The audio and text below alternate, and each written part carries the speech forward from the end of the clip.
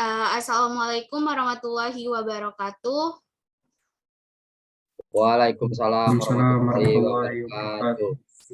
Perkenalkan, saya Putri Aulia di sini bersama rekan-rekan kelompok saya untuk memenuhi tugas mata kuliah komputer dan masyarakat yang telah diberikan oleh Bapak Agung Ramadhanu, Eskom Mkom. Kami dari kelompok 2 yang beranggotakan, yang pertama ada Bimo Dwi Effendi, yang kedua ada Putri Aulia, yang ketiga ada Reski Hardani, yang keempat ada Rian Setiawan, yang kelima ada Weli Dwi Raharyuni, yang keenam adalah Sylvia Yongcita, yang ketujuh ada Dian Yorina Putri, yang kedelapan ada Ilham Khair, dan yang terakhir ada Ismat Naufal Azizi. Di sini kami memilih negara Amerika dan kami berasal dari kelompok 2. Dan untuk judul presentasi kami pada kali ini adalah implementasi komputer industri dan pemerintahan negara Amerika. Langsung saja untuk penjelasan pertama yang akan dijelaskan oleh rekan saya Weli. Kepada Weli dipersilakan. Baiklah, saya akan menyampaikan implementasi komputer di bidang industri.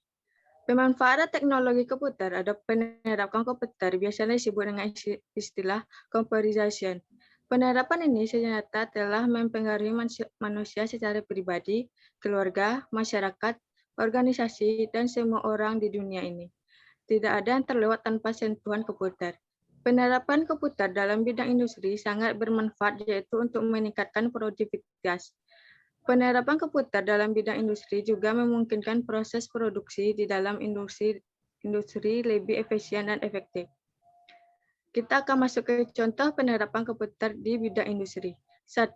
Bidang industri rekaman. Bahwa untuk menghasilkan suara yang bagus perlu pengaturan perekaman dan modifikasi dengan media komputer, serta mencetak lagu-lagu pun dibantu dengan sistem komputer. 2. Bidang industri elektronik. Dengan tenaga robot yang sudah diprogram sedemikian rupa, industri elektronik mampu merakit komponen elektronik dengan cepat dan efisien sehingga menjadi sebuah produk yang mempunyai nilai jual yang tinggi berkat bantuan komputer. 3. Bidang industri perfilman. Semua efek-efek di dunia akting, animasi, dan penyuntingan adegan film semua direkam dengan perangkat elektronik yang dihubungkan dengan komputer. Baiklah, sekian dari saya kembalikan kepada rekan saya. Baik, penjelasan berikutnya yaitu Rizky. Kepada Rizky, saya persilakan.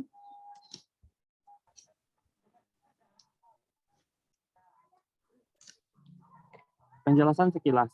Amerika Serikat merupakan negara yang memiliki kontribusi dalam politik internasional. Dinyatakan sebagai negara pemenang Perang Dingin setelah melakukan persaingan ketat dengan Uni Soviet. Setelah berhasil bersaing dengan Uni Soviet, Amerika Serikat muncul sebagai negara superpower. Memiliki keunggulan, kemampuan militer yang modern, juga perekonomian yang stabil. Amerika Serikat memiliki keunggulan dari segala sektor, termaksud dalam sektor atau bidang teknologi yang menghasilkan ruang cyber. Kemampuan teknologi yang inovatif dan modern ini membuat Amerika Serikat sangat bergantung kepada ICT dan ruang cyber. Hampir seluruh fasilitas negara dan layanan publik di Amerika Serikat memanfaatkan ruang cyber seperti dalam bidang industri, perbankan, transportasi, sanitasi air, pelayanan kesehatan, sampai dengan bidang pertahanan atau militer pun berbasis komputer dengan jaringan internet. Ketergantungan Amerika Serikat yang tinggi terhadap ICT dan ruang cyber pada akhirnya menimbulkan kerentanan dan menghadirkan ancaman baru pada sistem keamanan cyber atau yang disebut dengan ancaman cyber. Saya kembalikan ke moderator. Baik, terima kasih kepada Rizky. Penjelasan yang selanjutnya yang akan dibacakan oleh Sylvia. Kepada Sylvia, saya persilakan.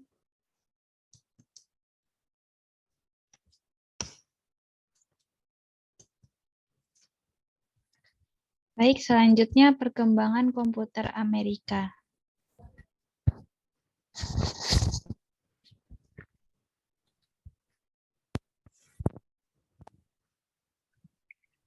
Seperti yang kita ketahui bahwa komputer telah lama berkembang di masyarakat, bermula dari komputer yang berukuran puluhan meter kubik seberat beberapa puluhan pon, yang membangkitkan panas dalam jumlah besar, sampai kepada komputer yang berukuran kecil, yang dapat dipindahkan dengan mudah oleh pemakainya tanpa harus bersusah payah untuk melakukannya.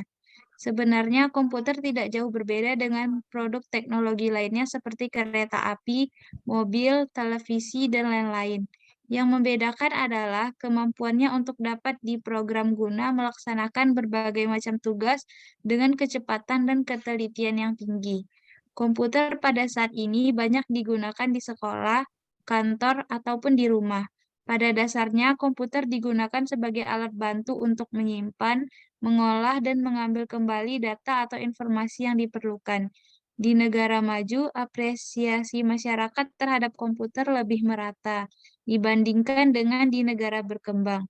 Oleh karena penetrasi komputer di masyarakat maju sudah lebih lama terjadi. Di negara yang sedang berkembang seperti Indonesia, beberapa lapisan masyarakat tertentu sudah merasakan manfaat komputer, sedangkan beberapa lapisan lainnya belum mengenalnya. Baik, terima kasih kepada Sylvia. Selanjutnya yang akan dijelaskan oleh Rian. Kepada Rian, saya persilakan. Baiklah, di sini saya akan menjelaskan kelanjutan dari perkembangan komputer Amerika. Departemen Energi Amerika Serikat baru saja meluncurkan komputer super terbarunya. Perangkat tersebut diklaim sebagai komputer super yang paling kuat dan paling pintar di dunia. Komputer super yang dinamai Summit ini merupakan hasil kerjasama antara IBM dan Oak Ridge National Library yang disponsori oleh Departemen Energi Amerika Serikat. Summit sendiri diklaim mampu menjalankan 200.000 triliun kalkulasi per detik atau 200 petaflops. Dengan performa tersebut, Summit diperkirakan akan menempati posisi pertama dalam daftar 500 komputer super teratas. Saat ini, daftar tersebut didominasi oleh komputer super dari Cina.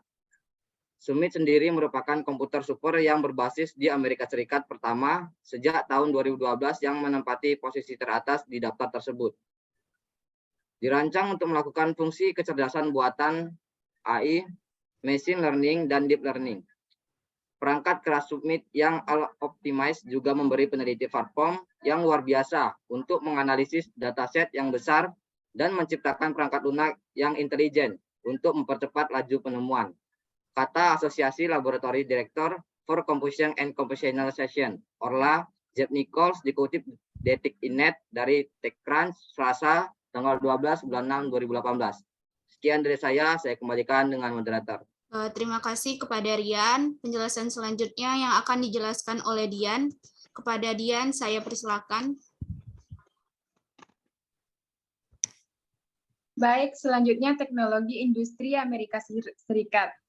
Sejarah teknologi dan industri Amerika Serikat menggambarkan kemunculan Amerika Serikat sebagai salah satu negara dengan teknologi paling maju di dunia. Ketersediaan tanah dan tenaga kerja terpelajar, tidak adanya aristokrasi tanah, kewirausahaan prestis, iklim perdinginan, dan pasar kelas atas dan terpelajar yang mudah diakses semuanya, terkontribusi pada industrialisasi Amerika yang cepat.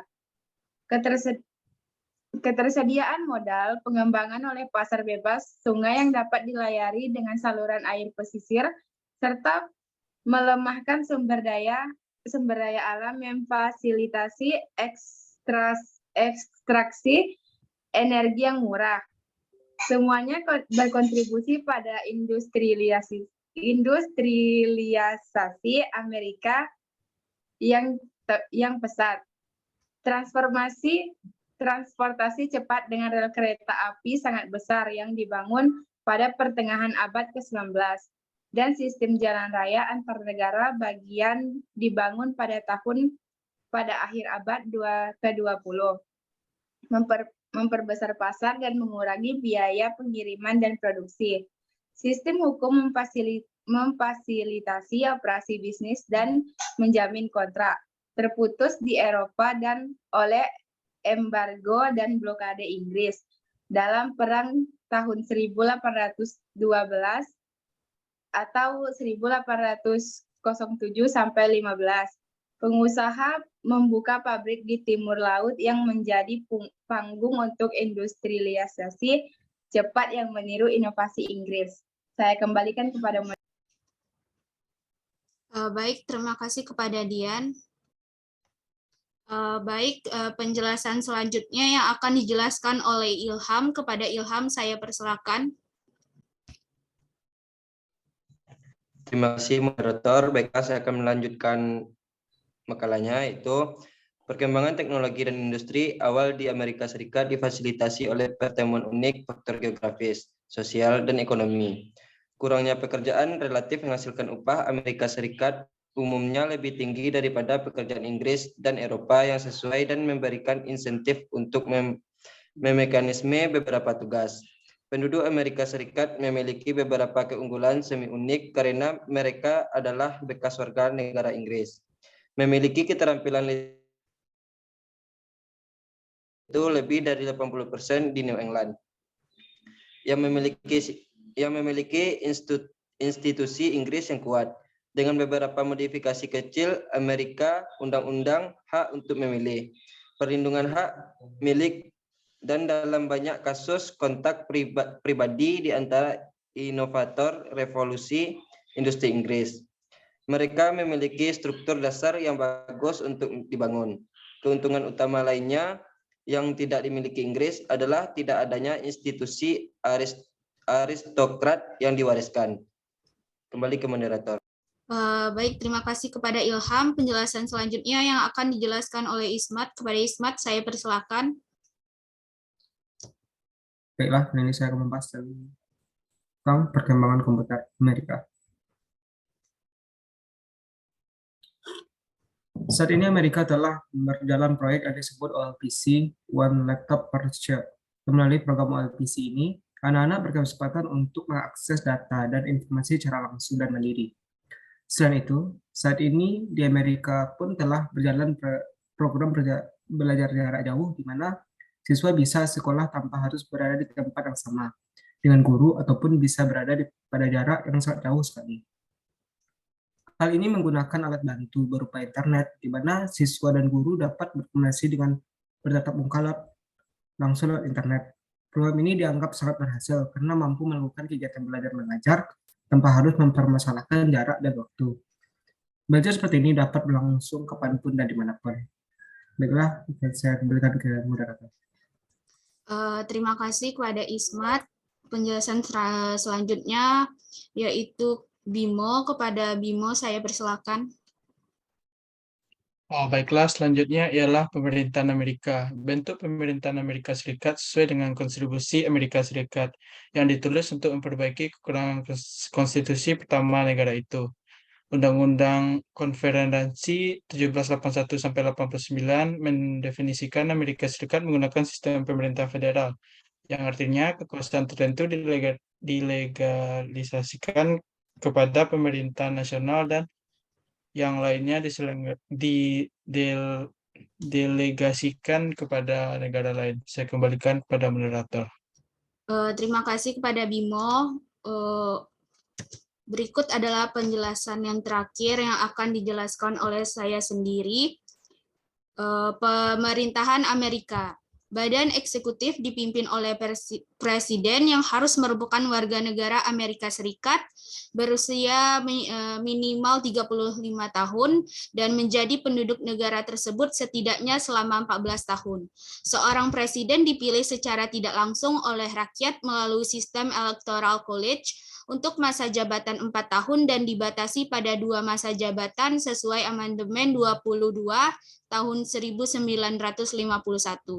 Tanggung jawab konstitusional formal yang diberikan kepada Kepresidenan Amerika Serikat termasuk menjabat sebagai Panglima tertinggi Angkatan Bersenjata, negosiasi perjanjian, menunjuk hakim federal, duta besar dan pejabat di kabinet, dan bertindak sebagai kepala negara. Dalam praktiknya, kekuasaan presiden telah berkembang mencakup penyusunan undang-undang, merumuskan kebijakan luar negeri, melakukan diplomasi pribadi, dan memimpin partai politik presiden. Badan eksekutif Amerika Serikat juga mencakup badan pengatur independen seperti Federal Reserve System dan Securities and Exchange Commissions.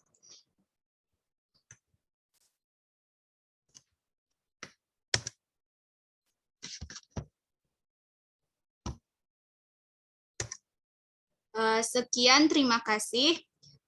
Terima kasih kepada rekan-rekan. Baiklah, demikianlah hasil presentasi dari kelompok kami. Lebih dan kurangnya kami mohon maaf, kami akhiri dan kami tutup. Wassalamualaikum warahmatullahi wabarakatuh. Waalaikumsalam warahmatullahi wabarakatuh.